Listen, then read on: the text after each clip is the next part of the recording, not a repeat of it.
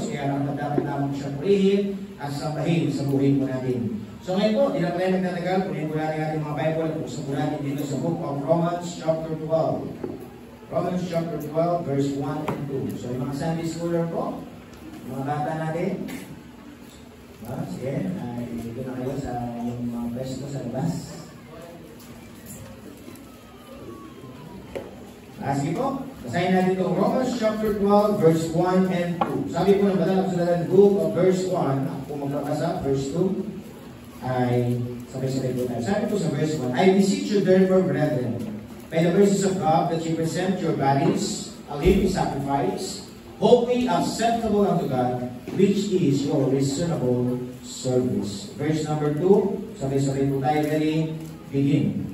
And be not conformed to this world, but be ye transformed, that ye may, by the renewing of your mind, that ye may prove what is that good and acceptable and perfect will of God. Tayo lahat, dito po sa Bibelangin.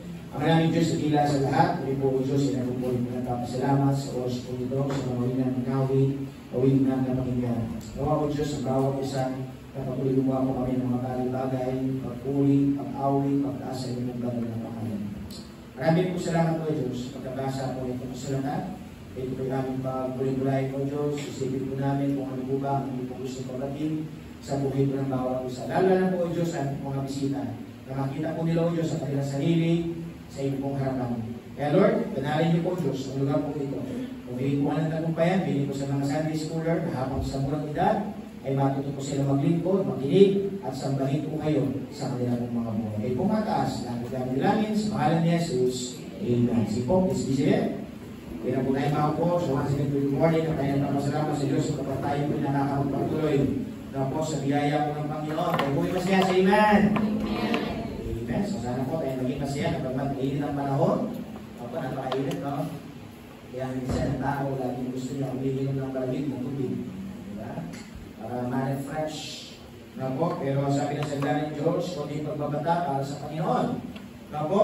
Kung gaano tayo minsan nagtitiis sa ibang bagay, no po? Sa barkada, sa pag-aaral, sa trabaho, sa pamilya, nandun ang pagtitiis. Walang masama doon sa na magtiis. Pero sabi ng Diyos, dapat ang tao pagdating sa Panginoon, matuto rin magtiis.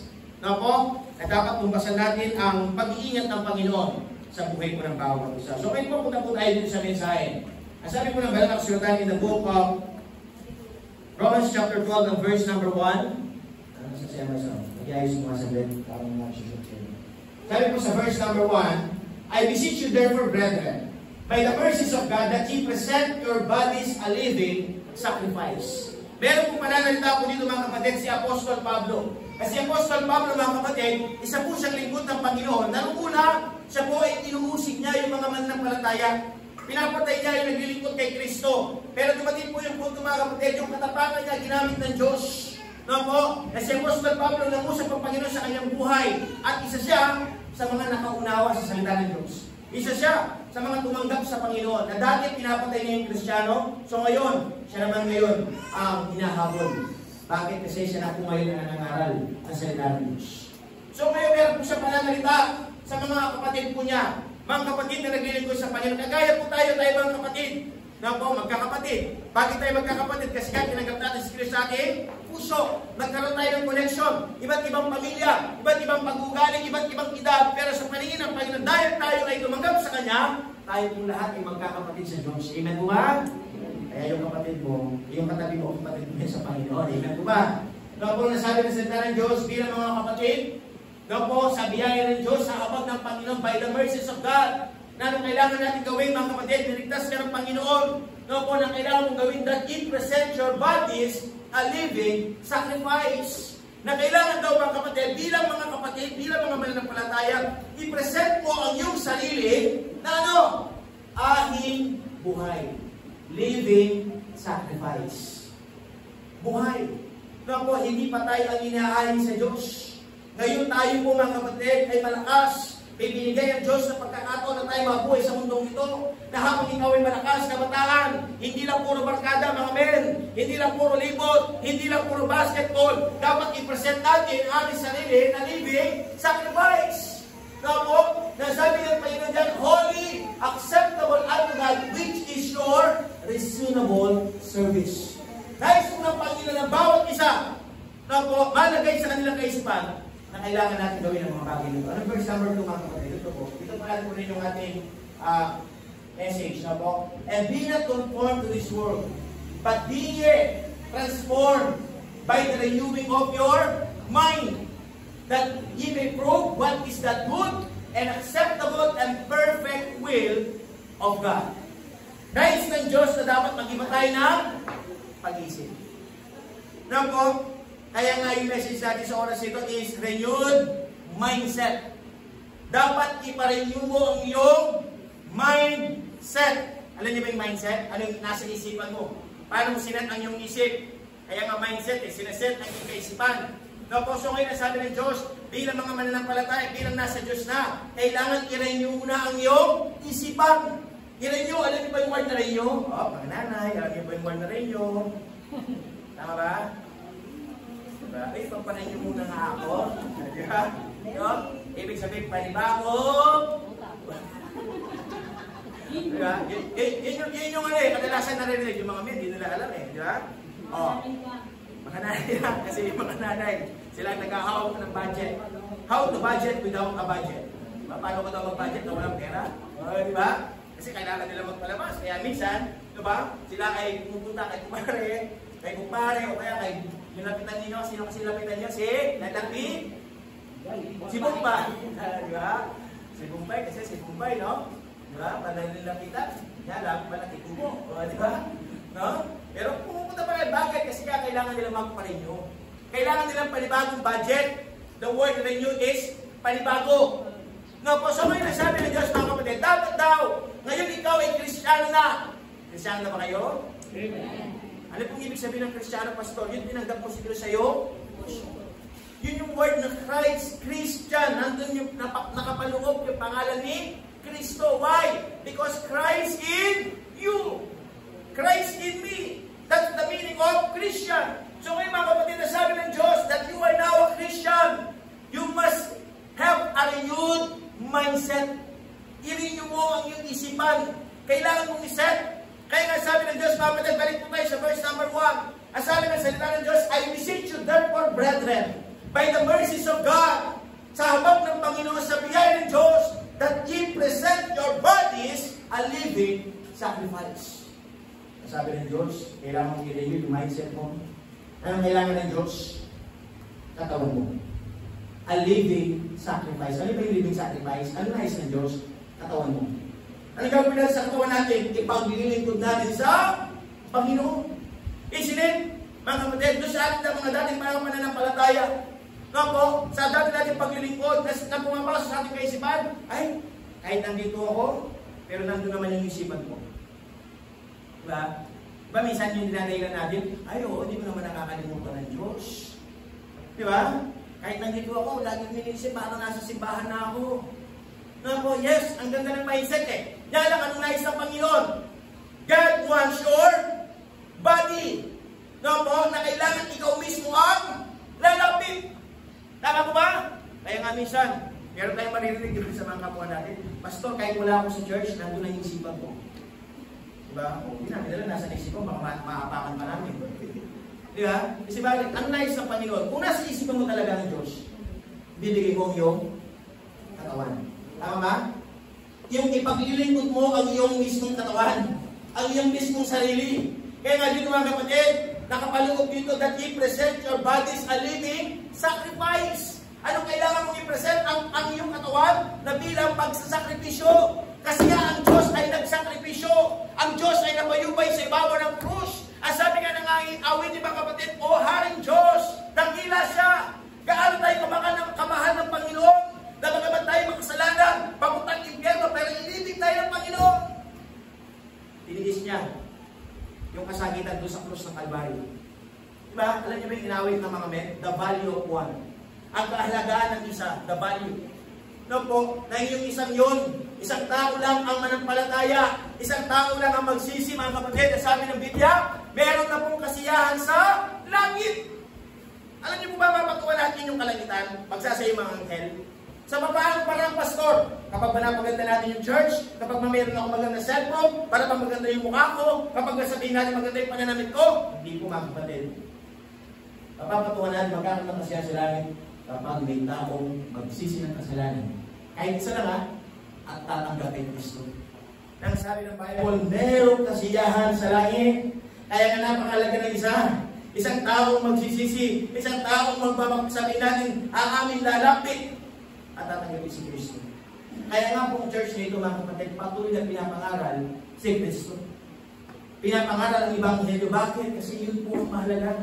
Kaya nga sabi ng Diyos mga kapatid, that ye present your bodies a living sacrifice. Ano po yung kasunod mga kapatid? What's the next word? A living sacrifice pagkatapos, anong kailangan? It is holy. Ano ba yung holy? Ano ba yung ibig sabihin ng holy? Ano sa Tagalog ng holy? Banal. No po? Nang sabi ng Diyos, dapat lumapit tayo na may kabanalan. Alam niyo ba mga kapatid, na dati tayo po'y masama, papuntang impyerno, pero dahil sa pag-ibig po ng Panginoon na yung tinanggap niyo si Kristo sa inyong puso, ano po nangyari sa inyo? Binanal na tayo ng Panginoon. Binanal na tayo ng Diyos. Ginawa tayong banal. Pastor, bago ko banal, ang dami mong kasalanan. No po? Alam niyo ba, sabi ko po sa iyo, kung tinanggap ko si Kristo sa iyong puso, ang inyong kasalanan, pinatawad na. Nilinis na ng kanyang banal na dugo. Kaya sa paningin ng Panginoon, tayo po'y mga banal. Kaya dapat na lumalapit mga kapatid sa Panginoon. Kung ikaw ay nakapakinig na salita ng Diyos, talagang magkaroon ka ng tamang relasyon sa Diyos. At ang sabi ng Diyos, kailangan kang magpaka-banal. Be ye holy. Now po, ano pa mga kapatid sa verse 1? Verse 1, ano pa yung kasunod? Be ye holy. Ano pa yung kasunod? Let go. Katanggap-tanggap sa Diyos. Alam niyo ba yung word na acceptable? Katanggap-tanggap. Paano ko tatanggapin? Paano ko tatanggapin kung ikaw ay totoo? Tama ba? Kaya nga sabi ng Diyos, mga kapatid, sa paglilingkod po natin, kailangan tayo maging totoo.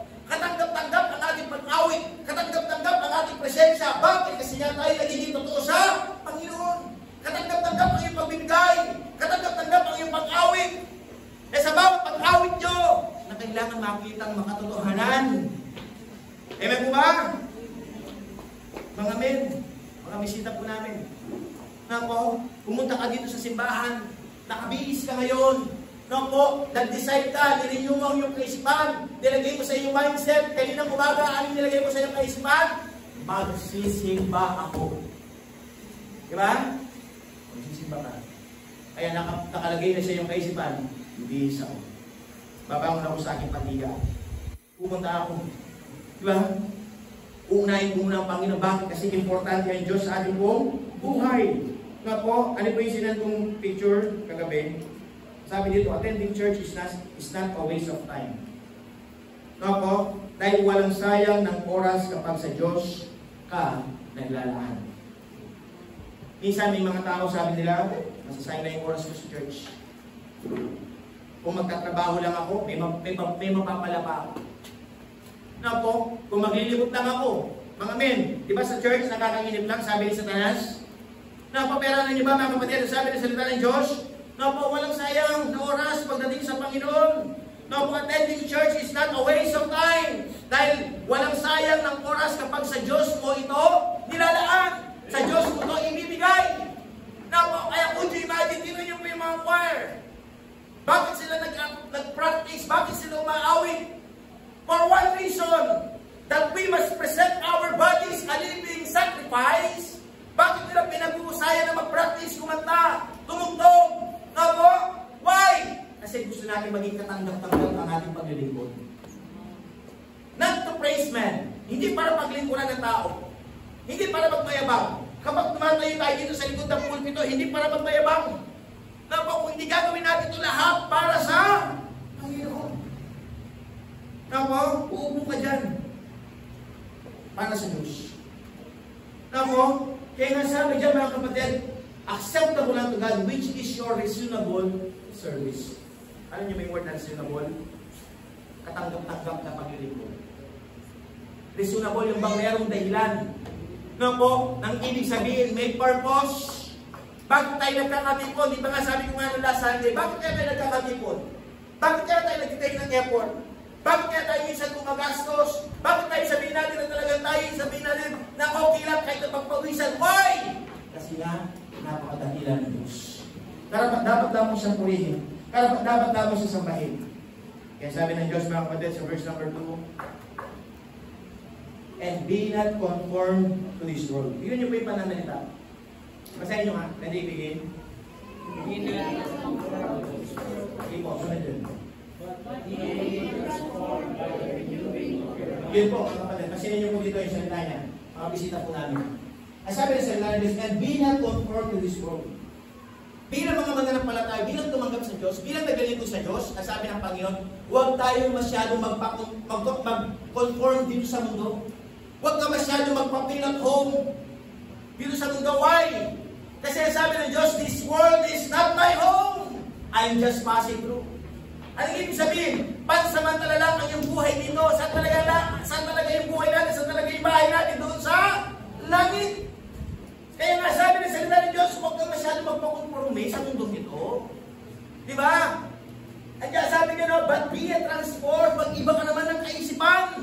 Mag-transform ka. The word is transformation. O yan, narinig niyo yung word na transformer, di ba? Transformer, kotse, di ba? Nagiging robot. Di ba? Bumblebee, di ba? Ano? Di ba ganun? Transform. Anong ibig sabihin? Mag-transform ka. Anong klaseng transformation? Ang gusto mo. Di ba may dalawang klaseng transformation? Transformation para sa mabuti, transformation para sa masama. Di ba mga men? Minsan nagka-transform kayo. Ama? Ano ito-transform nyo?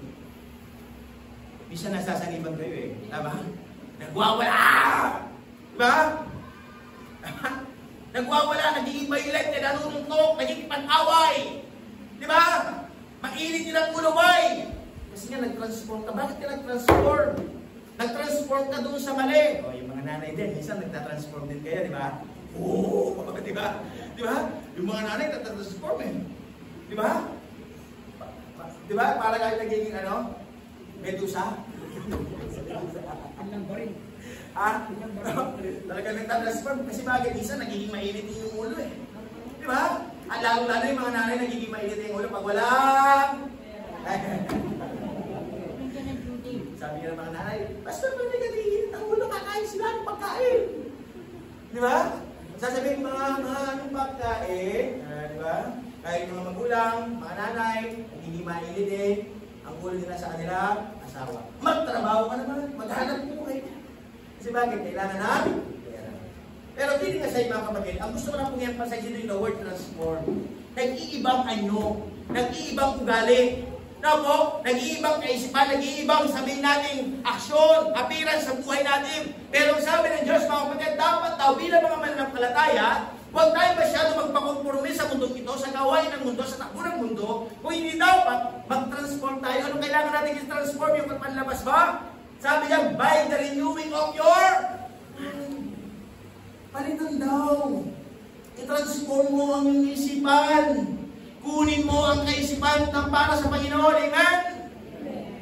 Ano niyo ba sa totoo lang? Sino ba talaga yung kalaban natin? Ha?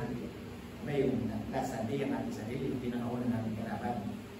Ako, the second thing, nakalaban natin sino talaga? Si Satanas. Tama ba? Si Satan. Si Devil.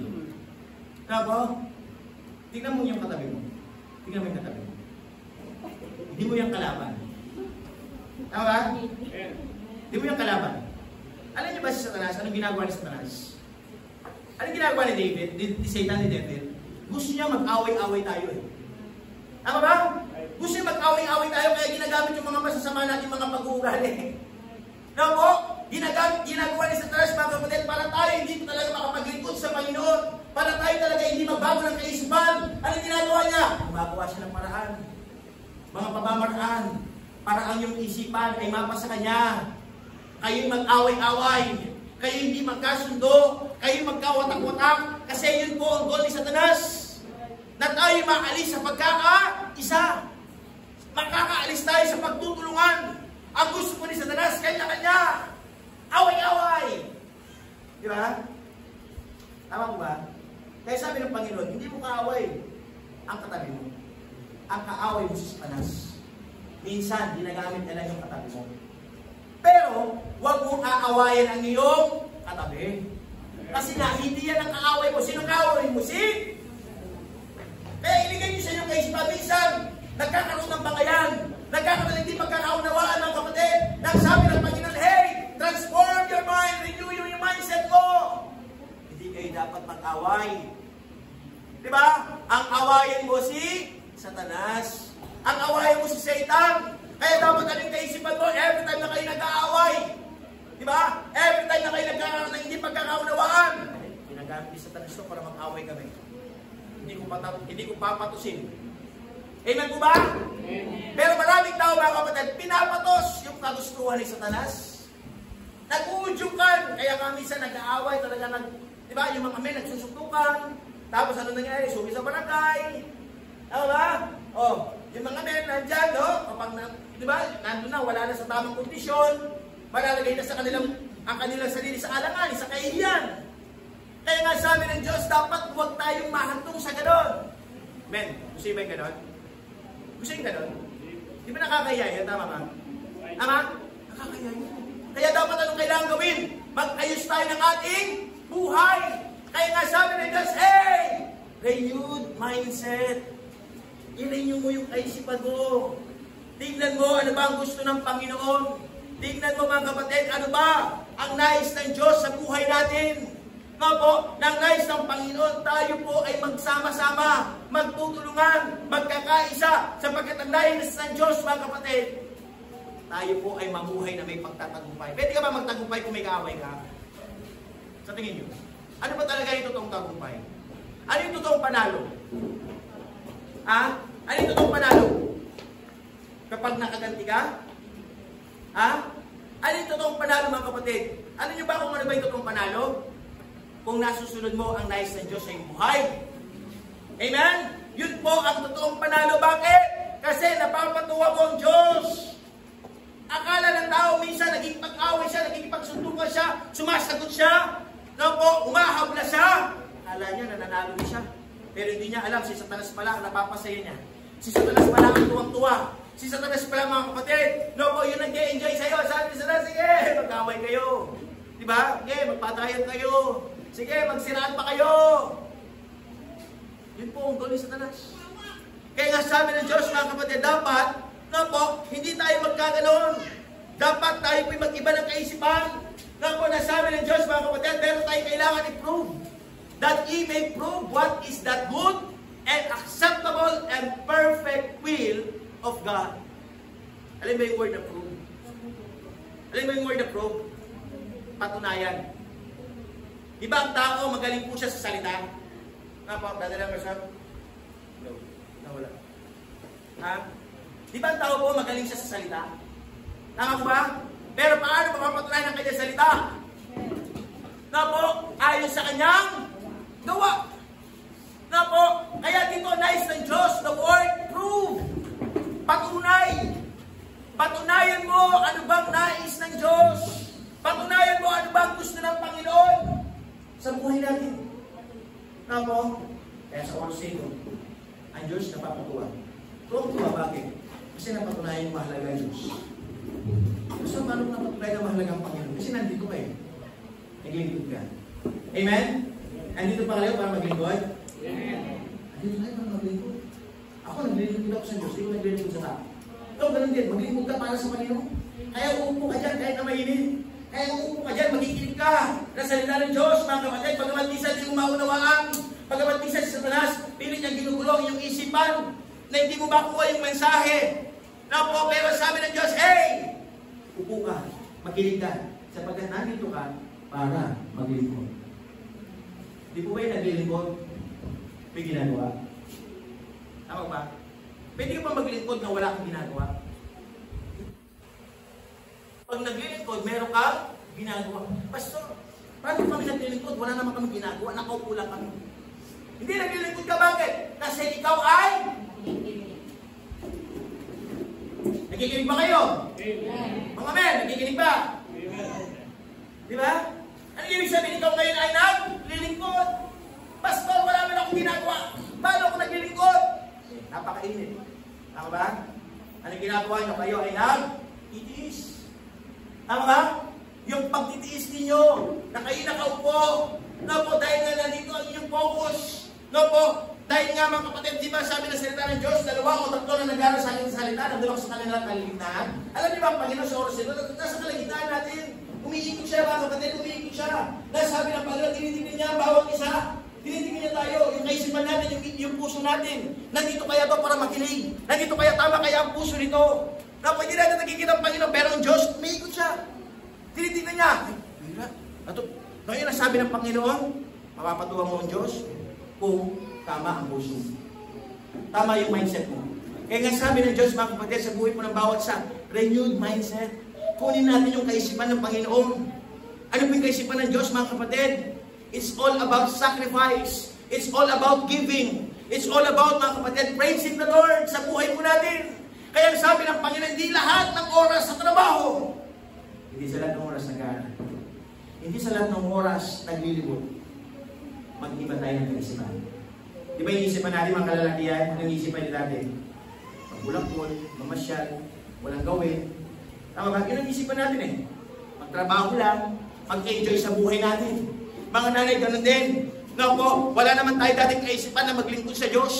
Di ba? Na magbibigay tayo ng oras every Sunday. Na tayo magkakayak, mga kapatid, ipiprepare natin ang ating mga sarili. Wala naman tayo dating kaisipan na ganito eh. Bakit? Kasi nga, malayo tayo sa Diyos. Pero ngayon, tayo na pinapapalapit sa Panginoon. Amen ba? Napapalapit ako ba kayo sa Diyos? Saan niyo gusto lumapit? Sa Diyos? O sa pera? Saan niyo gusto lumapit? Sa Diyos? O kay Satanas? Kaya nga sabi ng Diyos, mga kapatid, hey, andito ka na. Hindi mo ba nakikita? Napapalapit ka na sa akin?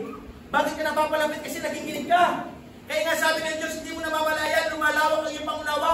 Hindi mo namamalayan, lumalakas ka, may mga pagsubok ka, may mga pangangailangan ka. Pero nababanggit mo na ngayon. Andiyan ang Diyos. Tutulungan lang ng Panginoon.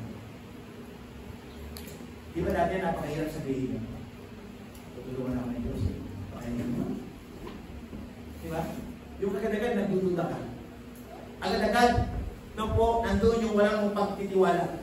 Pero I believe ngayon, kayo po'y nakakapakinig na salita ng Diyos. Ang pinaka-nice po na inyong pumikod, tumatag ang ating pagtitiwala sa Panginoon. Ano man yung problema? Ano man yung pinagdadaanan? Ano man yung mga pangangailangan? Ang Diyos lang po ang kasagutan. Amen po ba? Amen. Kaya sabi ng Diyos, mga kapatid, let us be renewed. Renewed mindset. Nga po, ayusin natin ang ating mga kaisipan. Ayusin natin ang ating mga puso. Ayusin natin ang ating mga kilos paggawa. Nga po, kaya nga lagi sinasabi ng Panginoon, mga kapatid, itong isip at puso, di ba, minsan nagtatalo itong dalawa. Di ba? Iba yung nasa isip, iba yung nasa puso. Kaya nga sabi ng awitin, sana dalawa ang puso ko. Di ba? Kasi iba yung nasa isip eh. Iba yung nasa puso. Di ba? So ngayon dapat, hindi ito magkaiba. Dapat magkapareha. Di ba? Paano magkakapareha to? Kung kukunin natin yung kaisipan ng Panginoon. Kaya niyo po ba ako bilang pastor? Ano po yung pinaka-nais ko? Tayo lahat. Magkaroon tayo ng isipan. Yung tayo lahat, yung mindset natin. Di ba? Ilalagay ko sa yung kaisipan. Maglilingkod ako sa Diyos.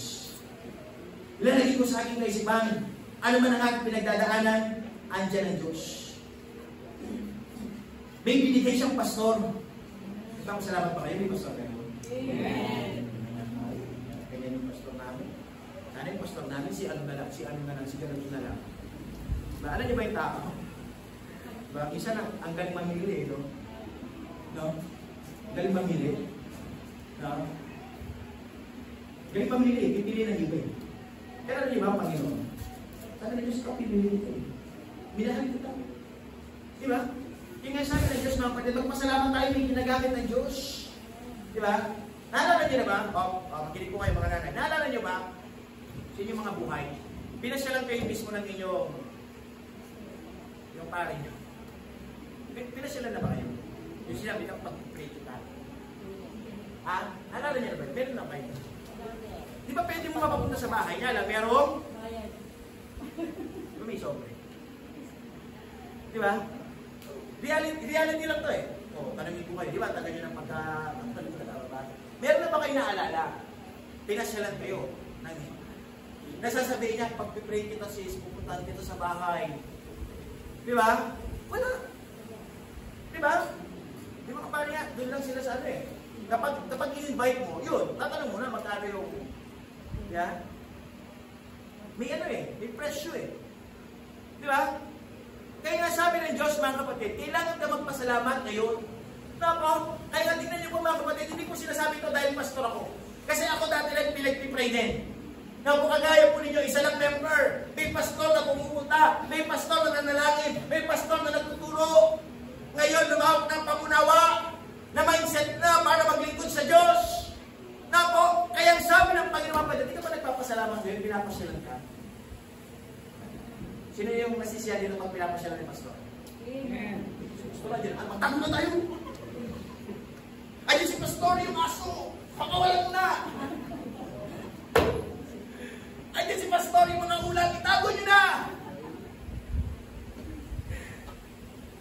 Alam niyo ba, yung mga sinasabi ko, ginagawa ng ilang mga tao.